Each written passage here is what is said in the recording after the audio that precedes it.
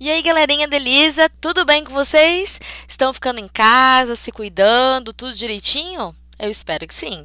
Lavando bem as mãos, né? Evitando aí aglomerações, evitando sair ficando em casa, vendo os filmezinhos e principalmente, pessoal, estudando bastante, que quarentena não é férias, tá bom? A gente tem bastante coisa para estudar, os professores estão super empolgados, preparando aulas, preparando exercício, preparando tudo para vocês. E a gente com certeza vai sair dessa melhor, né? Pessoas melhores do que a gente entrou. Então vamos ter bastante paciência, ficando em casa, né? Se cuidando direitinho e estudando, se preparando para nossa volta, que vai ser logo. Eu espero que seja logo, pelo menos. Gente, o seguinte, o nosso assunto, né? Então, continuando do que a gente falou da aula passada, vai ser agora sobre Sócrates, mas agora sobre um ponto de vista, então, ético. A gente começa a falar de um assunto que é muito legal, que é um dos meus assuntos preferidos da filosofia, que é a questão ética, tá bom? Então, nós temos aí o módulo 2, capítulo 3. Vocês podem acompanhar lá, então, essa aula.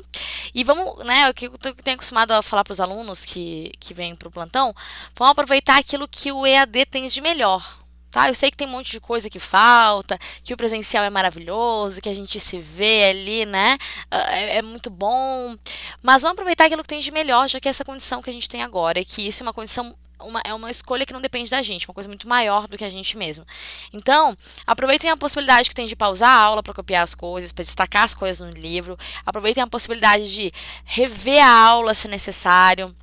Né? Então, assim, tem várias vantagens que a gente, inclusive, quando tudo isso acabar, a gente tem que reavaliar nossas relações com a própria tecnologia para aproveitar o máximo de vantagens que ela tem realmente para o nosso aprendizado. Tá bom? E assim, gente, se vocês estão com dúvidas, se vocês vêm a videoaula e ficam viajando na maionese, não conseguem entender o que é falado, né? Se distraem muito facilmente, venham conversar com a gente no plantão, que a gente vai dar dicas, que a gente vai, enfim, né? Ajudar vocês, né? Para que vocês estejam extraindo o melhor desse tempo, né? E principalmente encarando a quarentena como ela tem que ser encarada, como um momento de produzir, como um momento de estudar, como um momento de refletir, como um momento de fazer a gente sair pessoas melhores. E não de férias, tá bom? Então, nada de férias. Vocês não estão de férias, nós não estamos de férias, nós estamos trabalhando e bastante. E é para vocês estarem também nessa junto com a gente, tá bom? Então vamos lá. Módulo 2, capítulo 3, Sócrates e uma introdução à ética para a gente entender essa área. O que se trata, afinal de contas, de ética? Eu acho interessante que ética é uma área, né, de estudo que ela costuma, né, deixa eu vir aqui pro cantinho, que ela costuma, ela levanta muitas questões pra gente. Primeiro de tudo, né, a gente costuma ver muitas vezes os políticos, as pessoas, né, de um modo geral, colocarem que elas são pessoas éticas, ou que elas vão fazer gestões éticas, ou que, enfim, né, esse adjetivo, né, ser ético, eu acho muito interessante, né? Normalmente nos remete à bondade, enfim. E poucas vezes a gente se questiona o que é ética. Agora parem um pouquinho e escrevam aí no caderninho de vocês o que para vocês é ética. Vocês que já ouviram essa palavra, como é que vocês encaram essa noção então de ética, tá bom? Então vamos pensar nisso a princípio. Bom, vamos lá. A ética, algumas questões norteiam o pensamento da ética, né? E que fazem parte do nosse dia a dia. Por mais que você fale assim, nossa, professora, mas eu nunca pensei sobre ética, acho que ética não faz parte do meu dia a dia. Provavelmente vocês já devem ter se perguntado sobre o que vocês deveriam fazer numa determinada situação, né? Sabe quando tem, às vezes tem no Fantástico aquelas situações sobre. Ai, como é que é o nome do quadro? Não vou lembrar agora. Mas meu filho não faria isso, sei lá, que é tipo. O filho vê uma situação acontecendo errada e será que ele denuncia ou não denuncia? Será que, enfim, né? Uma situação assim. A gente já passou por situações assim na nossa vida, né? Eu lembro uma vez, quando eu tava na escola, que eu vi um namorado de uma amiga minha dar em cima de uma outra menina. E aí eu cheguei em casa apavorada, sim, mas é que eu era extremamente inocente, pessoal, na escola, extremamente. Cheguei em casa apavorada com a situação. Eu falei pra minha mãe, e aí a minha mãe falou assim pra mim: olha, se eu fosse. Eu falei pra ela, será que eu devo contar pra minha amiga? Ou não? O que vocês fariam? Vocês contariam ou não? Pras amigas de vocês. Bom, minha mãe falou: eu, se fosse tu, não contaria. Porque é, é capaz de ela ficar brava contigo. Aí eu falei, putz, será? Só que eu fiquei assim, né, no maior dúvida do que eu ia fazer. E eu falei pra minha amiga, e de fato ela ficou brava comigo. Só que eu vou ser bem sincera com vocês, eu não me arrependo de ter contado que eu achei que o namorado dela estava dando em cima de uma outra pessoa.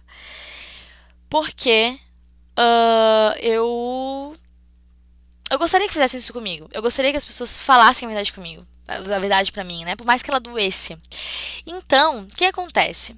Um dos princípios éticos que eu posso dizer que eu tava me baseando nesse momento, quando eu tenho essa reflexão, é que eu não gostaria que fizessem, né, eu não faço com os outros aquilo que eu não gostaria que fizessem comigo, né? Então eu não gostaria que acontecesse uma situação dessa, uma amiga minha soubesse e não me contasse. Eu ia sentir uma dupla traição.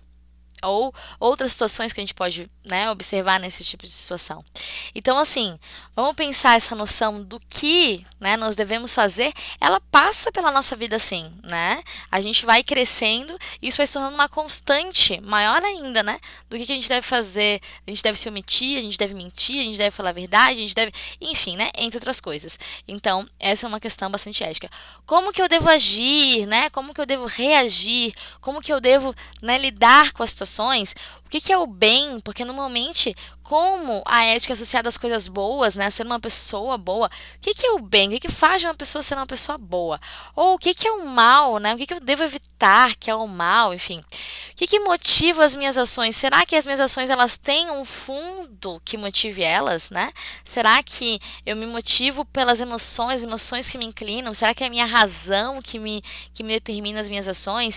Será que enfim, pessoal, assim, ó, ética, eu acho maravilhoso ética, porque da antiguidade à contemporaneidade tem coisa pra gente falar ainda, e é uma coisa que está muito presente na nossa vida.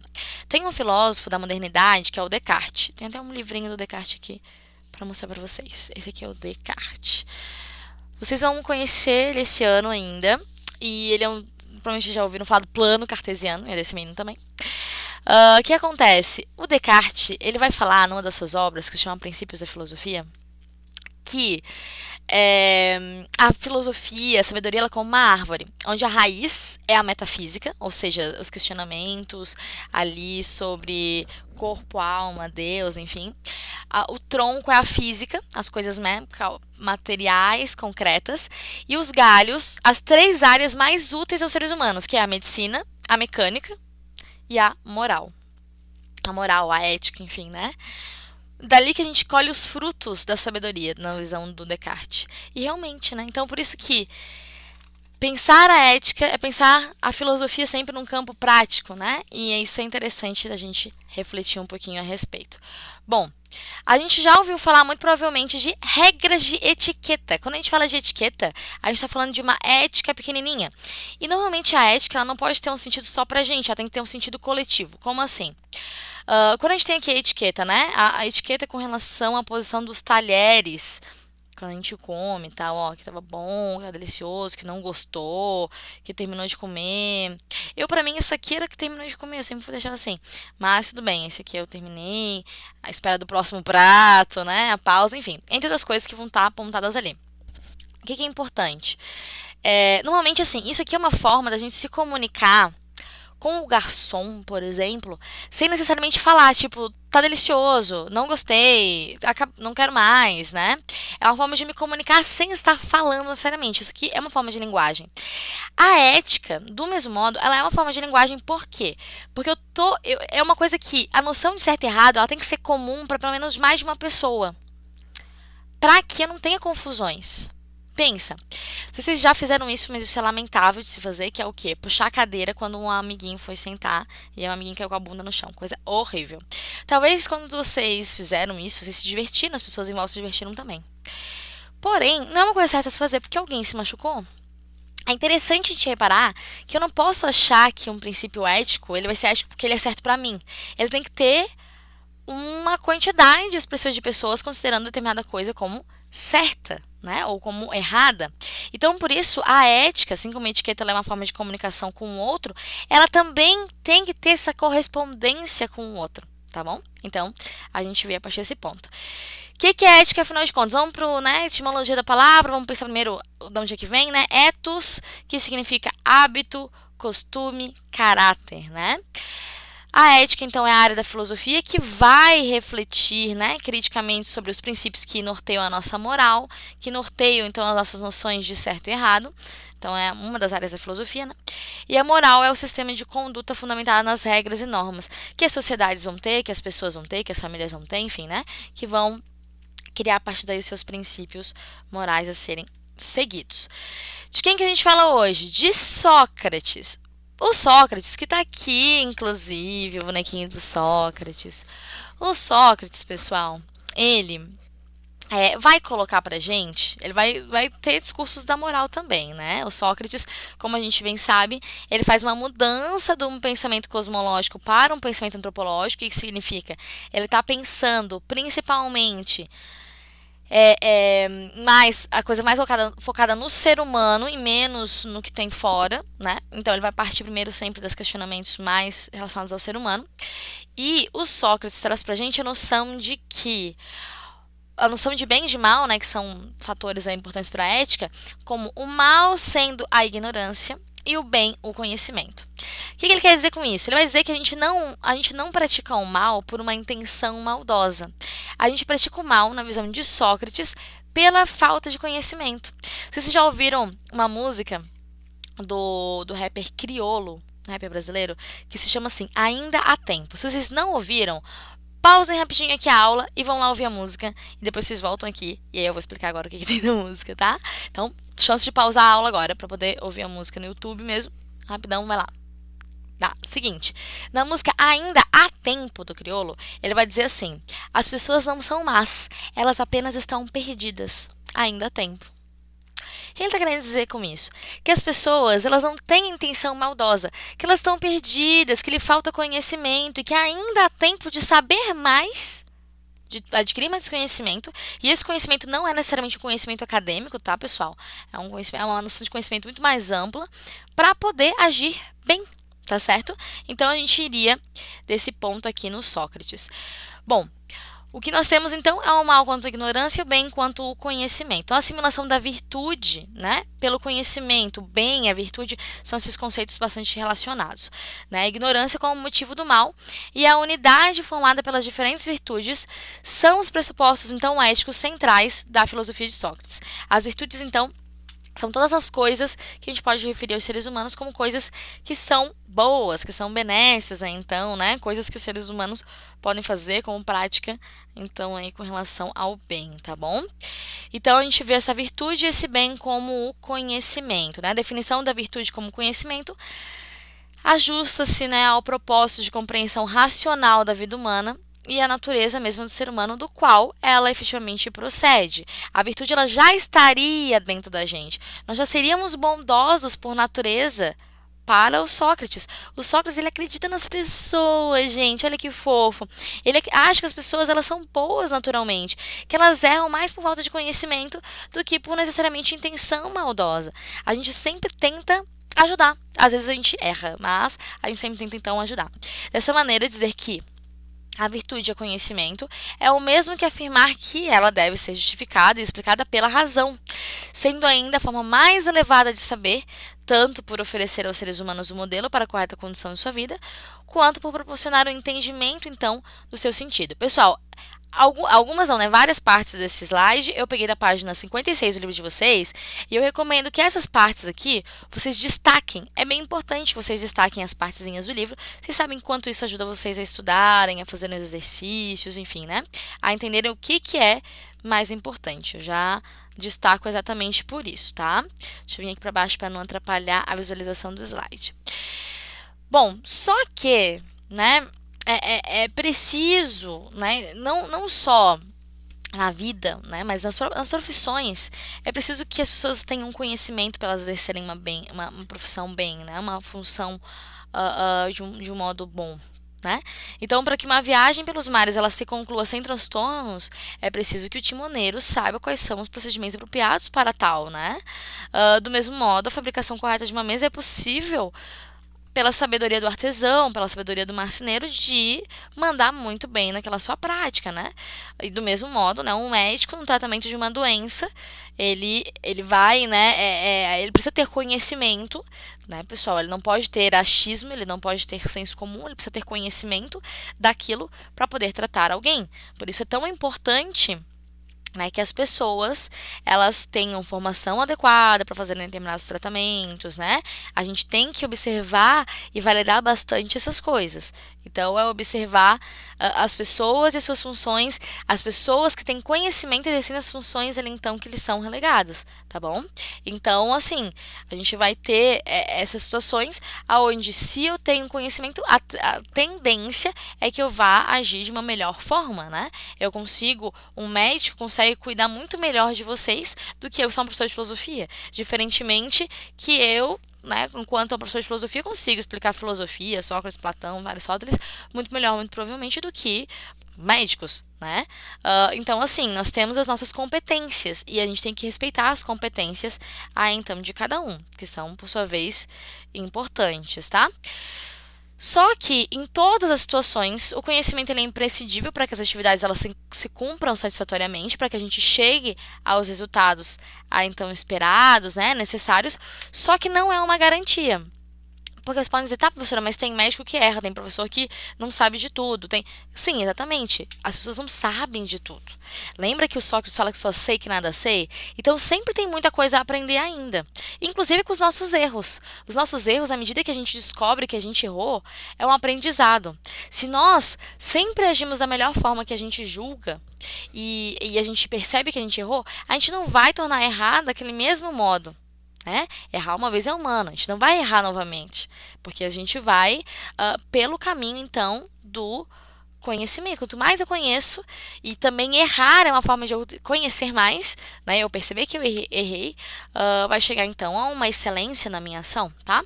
Então, um piloto, mesmo preparado com as melhores técnicas de navegação, pode, por um motivo qualquer, não realizar a viagem ou se desviar no trajeto original. Também o marceneiro pode até mesmo intencionalmente executar, né, com falhas o móvel, né, que produz. E não é diferente, né, com o médico, para quem as opções de tentar curar o doente, quando se espera, inversamente, que o ajude em sua morte, ou de auxiliá-lo a morrer, quando, contrariamente a isso, a expectativa é a busca da cura. Então, acontece por mais que tenhamos boas intenções, nós erremos, né, ou nós observemos então as situações e acabamos julgando de uma maneira errada e não conseguindo, né, chegar a realizar como nós nos propomos inicialmente. Então isso pode acontecer, né, pessoal? Então o conhecimento ele é imprescindível, porém ele não é uma garantia, né, de que as coisas vão sempre correr necessariamente bem. Tá? Então, conclui-se assim que, para os ofícios em geral, o conhecimento é a condição necessária, porém não suficiente. Tem que pensar uma coisa também importante aqui, né? Em todas as funções tem que ter o conhecimento delas para poder executar bem. E como eu sou um ser humano 24 horas por dia, eu tenho que saber da ética para poder ser um bom ser humano o máximo possível. Tentando o máximo possível ser um bom ser humano, né? Praticar coisas então boas, tá? Então aqui, vamos ver, o conhecimento do bem e a prática do mal são termos, né, incompatíveis. Uma vez que a alma humana, compostos do saber, né, virtuoso, né, virtuoso não, compostos do saber virtuoso, não se engana nas suas escolhas. O que acontece? Quando eu conheço bem, quando eu tenho conhecimento, eu não vou necessariamente errar dentro daquilo que eu conheço, porque eu não escolho o mal por intenção, eu escolho o mal por uma falha, por uma ignorância. Em alguma instância eu ignoro alguma situação e eu acabo falhando, tá? Por isso que é tão necessário para o Sócrates esse amor à sabedoria, esse conhece a ti mesmo, esse buscar saber mais, só sei que nada sei, enfim, né? Todas essas coisas. Então, assim, as nossas escolhas elas vão para um campo ruim, mas quando eu não possuo conhecimento suficiente da causa, então, em que eu me envolvo, tá? Essa posição de Sócrates, então, é exposta em uma passagem do diálogo Mênon, né, ao discorrer sobre os bens da alma, coragem, prudência, memória, e os bens do corpo, né, os bens valiosos aí do corpo, que são saúde, força e beleza, e os bens exteriores, que são as riquezas, tratando-os como elementos que podem, de fato, ser benefícios, porém, podem ser benefícios, mas, né, com igual intensidade, eles podem ser prejudiciais. Como? Sem o conhecimento, esses bens não são nada, galera. Eu posso utilizar eles de uma maneira ruim, tá bom? Então, o conhecimento é a chave para tornar tudo positivo. Eu vou ter diversas virtudes, diversos, né, bens que eu adquiro, que eu recebo, mas sem conhecimento eles não são bem aproveitados. Então, por isso, o conhecimento é imprescindível na filosofia do Sócrates. A gente fala de Sócrates, a gente fala necessariamente de conhecimento, de sabedoria, tá bom? Ele que é o pai da filosofia.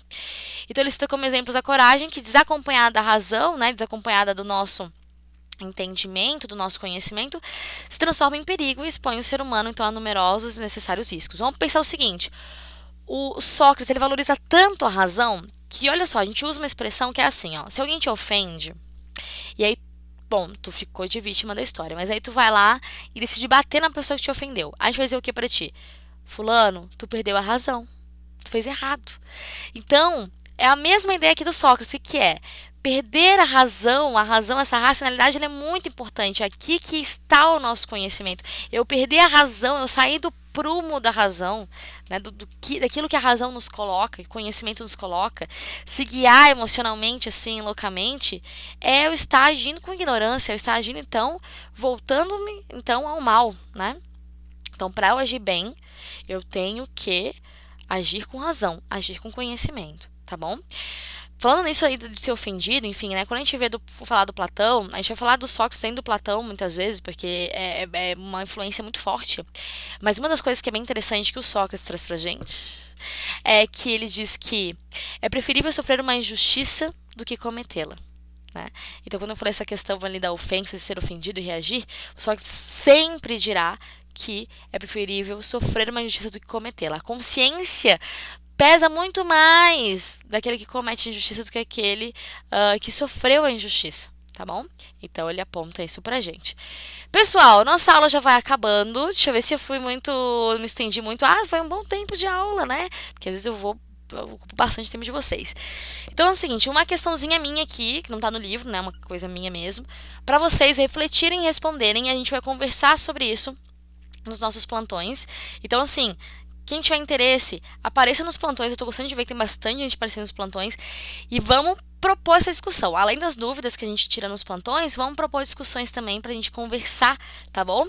Então, qual que é a questão aqui? Eu gostaria que vocês refletissem, esquematizassem no caderno de vocês e levassem pros plantões pra gente conversar um pouquinho, tá?